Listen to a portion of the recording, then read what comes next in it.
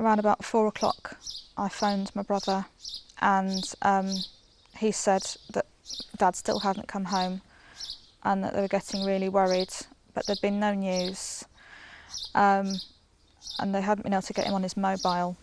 So then a couple of minutes later, one of the neighbours, who used to be a policeman, he'd gone to look, and he told my brother that it's more than likely my dad. He was in the car and he stopped me and said something to me, and I didn't know what he said, so I said what, and then he came back up to me and said, do you like something? But I couldn't hear what he said, and then when I turned around to look at him, he was pointing a gun in my face. And then I held onto my head and put my head down because I was scared, and then he shot it, and then when I was running off, he shot it again. I was dead scared, and I was crying because I thought that I was going to die and he was going to kill me, and I didn't know what I'd done wrong for him to kill me. I drove into the village to find a scene of carnage, really. Unbelievable. Found my colleague dealing with a casualty in a car, bleeding from major wounds to the arm and shoulder. And then passers-by came quickly and said, "Can you come on the road? There's 2 people up the road." And so I went up the road to find a gentleman on a bicycle who lying at the side of the road, who'd had severe shotgun wound to his head, who was, by the extent of the wound, was bound to be dead.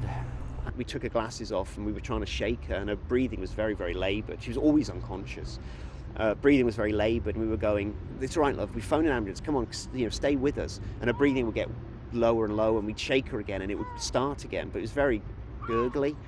And there were sirens going off everywhere, but we were 5 minutes, we were thinking, where are they? Why are they not here? And then someone ran out of a house and shouted, "There's a madman on the loose shooting people." And then it all sort of oh my God, connected. And then we desperately tried, but there was nothing we could do. The breathing stopped, and she died in our arms, really. I was coming along this lane with the tractor, about 11, and then this car was coming, driven like a madman, came along the road, no windscreen, and this guy was staring right at me. He was looking absolutely mad, and really that was all I seen at that time. But then when things unfolded, I realised that a guy was shot 200 yards up the road, somebody shot at and killed further down the other side. Then I realised what a lucky escape I had.